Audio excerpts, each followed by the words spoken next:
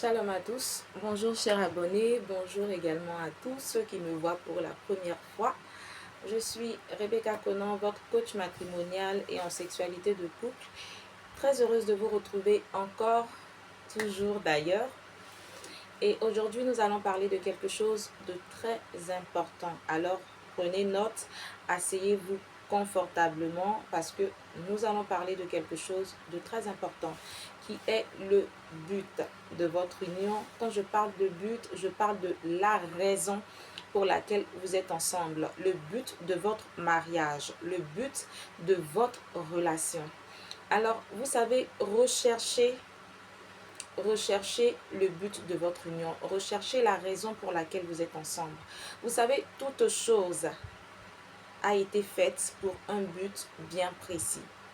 Et comme il a déjà été dit, je l'ai déjà signifié dans l'un de mes enseignements, dans l'une des vidéos, que le mariage a été fait pour un but précis. Et le but premier déjà du mariage, l'objectif premier, c'est de régler le problème de la solitude. Alors que celui qui se sent seul, que celui-là qui pense qu'il a un besoin de solitude, alors celui-là qu'il se marie, qu'il accourt, qu'il aspire et tout ça au mariage. D'accord, une fois que vous avez atteint ce premier but, ce premier objectif-là, il est atteint, vous avez réglé la solitude en vous. Ensuite, quand vous êtes marié, il est important de savoir pourquoi vous êtes ensemble. Parce que c'est vrai, il y a le but principal, il y a l'objectif principal qui est le mariage. Oui, on s'est marié et tout ça. J'étais seule, enfin maintenant je ne suis plus seule. Mais ensuite, quand deux personnes marchent ensemble, c'est pour un but précis, c'est pour quelque chose. Il y a une raison fondamentale et précise pour laquelle vous marchez ensemble, pour laquelle vous êtes ensemble. Alors, il est important de connaître la raison de votre union. Pourquoi connaître la raison de votre union, de votre cheminement ou de votre mariage? Cela vous aide non seulement à vous comprendre vous-même, à mieux comprendre également les faits et les agissements de l'autre, et cela vous aide à tenir, à mieux surmonter et affronter les circonstances ou je dirais même les difficultés auxquelles vous serez appelé à faire face ou les défis auxquels vous serez confrontés. Donc, ne négligez pas ce fait-là. C'est très important de connaître le but de votre union, le but de votre relation, le but de votre chemin commun ensemble.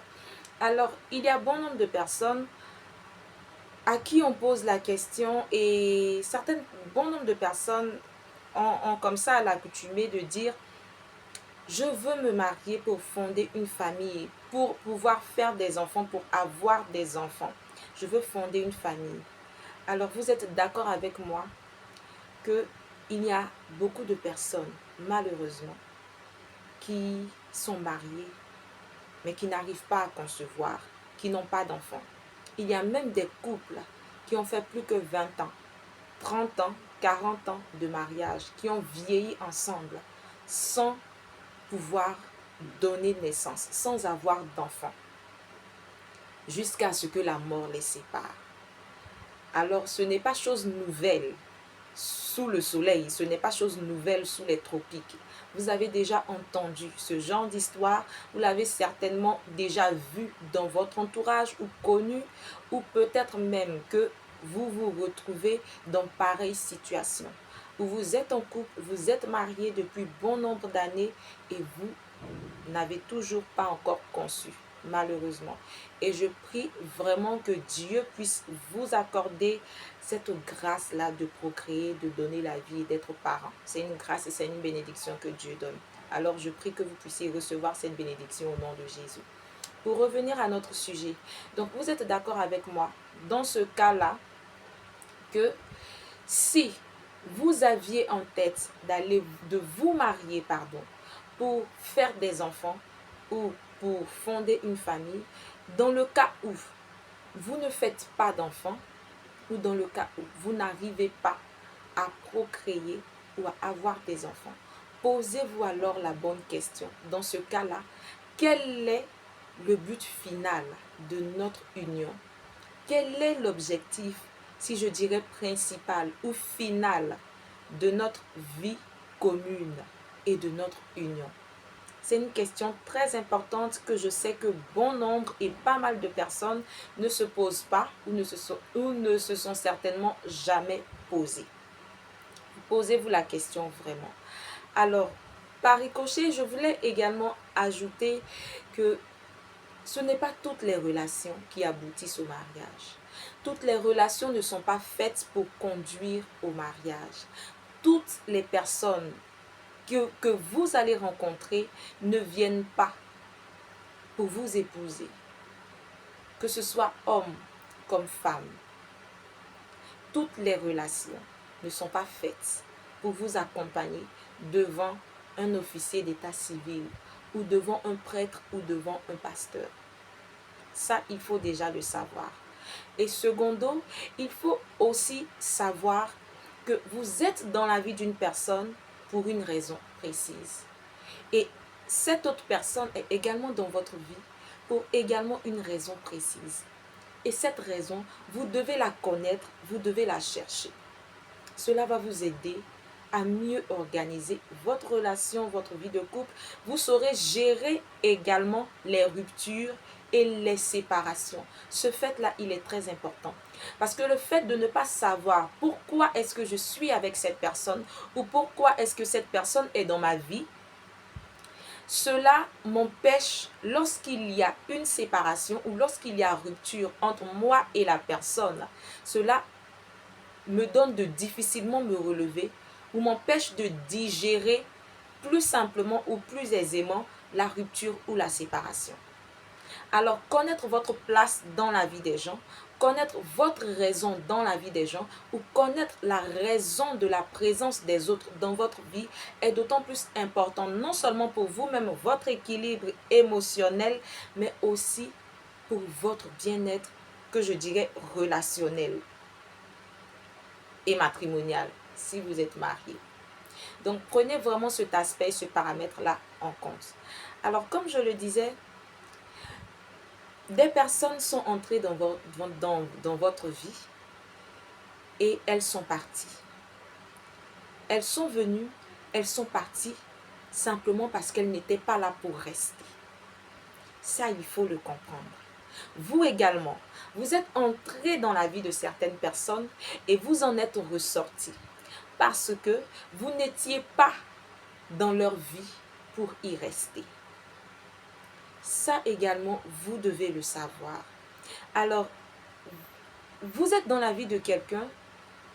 Je prends le cas d'un couple parce que nous sommes ici dans l'ordre matrimonial.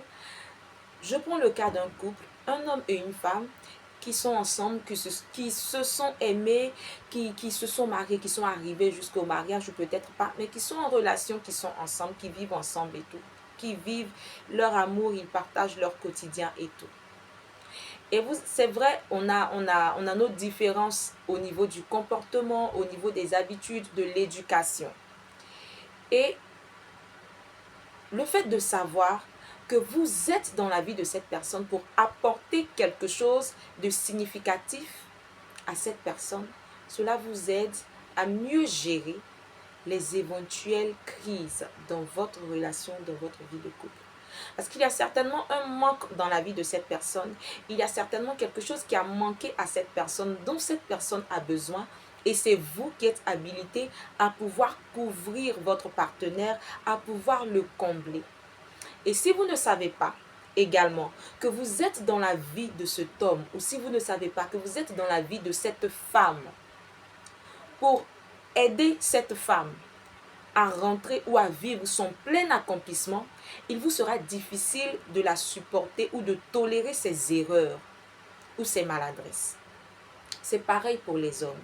Si toi, en tant que femme, tu ne sais pas que tu es dans la vie de cet homme-là, afin de l'aider, peut-être qu'il a peut-être, je pourrais dire peut-être un niveau intellectuel inférieur au sien. Et tu ne sais pas en fait que tu es là pour aider cet homme, ben, il y a beaucoup de choses qui vont te gêner. Quand vous serez en public, tu auras du mal à accepter cet homme-là en fait. Et beaucoup de personnes sont confrontées à ce genre de choses. Parce que pour eux, avoir cette personne-là à leur côté qui n'est pas au même niveau ou au même statut intellectuel, professionnel ou social, ça devient un peu gênant. Mais quand vous êtes avec une personne, vous avez également le devoir de pouvoir aider et accompagner cette personne, soutenir cette personne à atteindre votre niveau, si vous le voulez bien. Quand on aime, on entretient son amour, on prend soin de son amour, on l'aide, on l'arrose, on le nourrit, on l'enrichit, on l'embellit. Alors, vous savez, les gens ne viennent pas dans votre vie idéalement pour vous épouser. Donc, vous allez connaître des déceptions.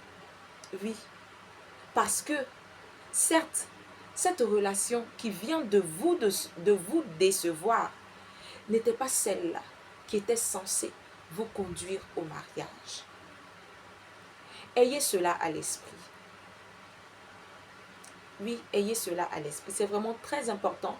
Donc, il est bon de se poser les bonnes questions et de savoir avec qui nous sommes en réalité.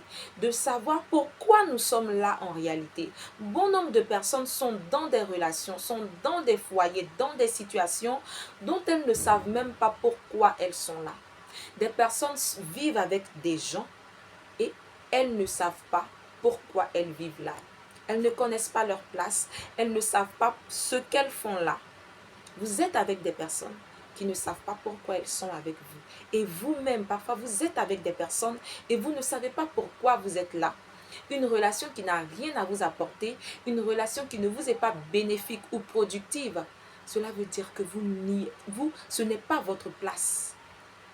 Vous n'avez rien à y faire. On pourrait parler d'intérêt, mais oui,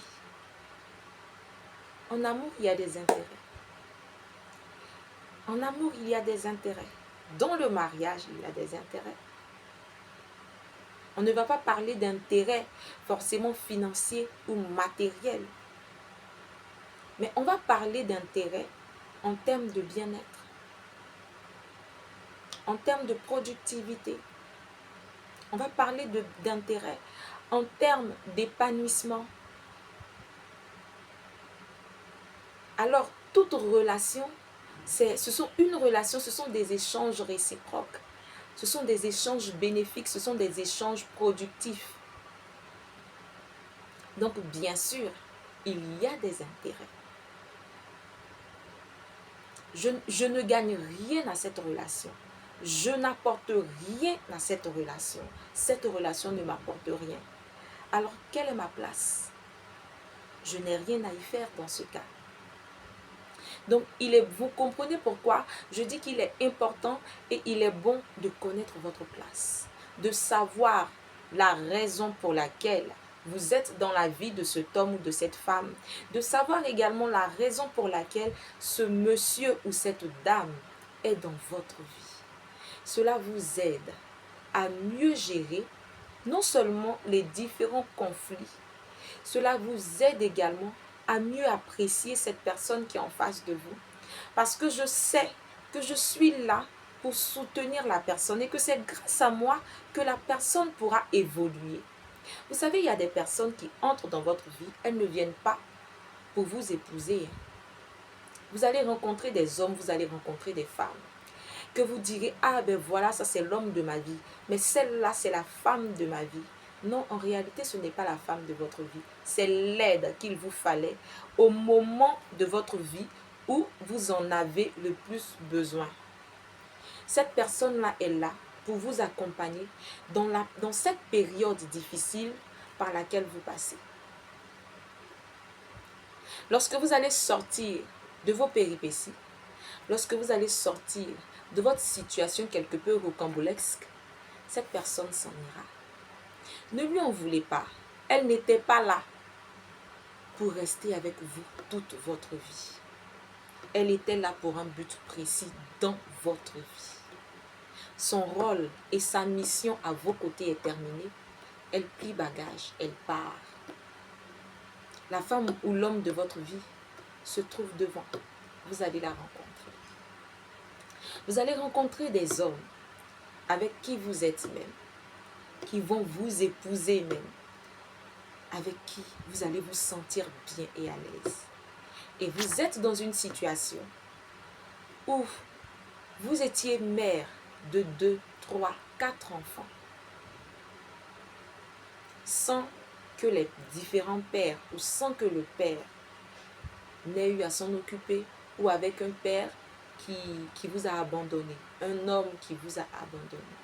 Et vous êtes dans cette situation, vous avez prié, vous avez cherché, vous avez trouvé un homme qui est bon, qui vous voit, qui vous a aimé et qui vient pour prendre soin de vous. La première règle, le premier sens, le premier objectif déjà, la première raison dans la vie de cet homme, il vient pour combler ce besoin paternel pour vos enfants.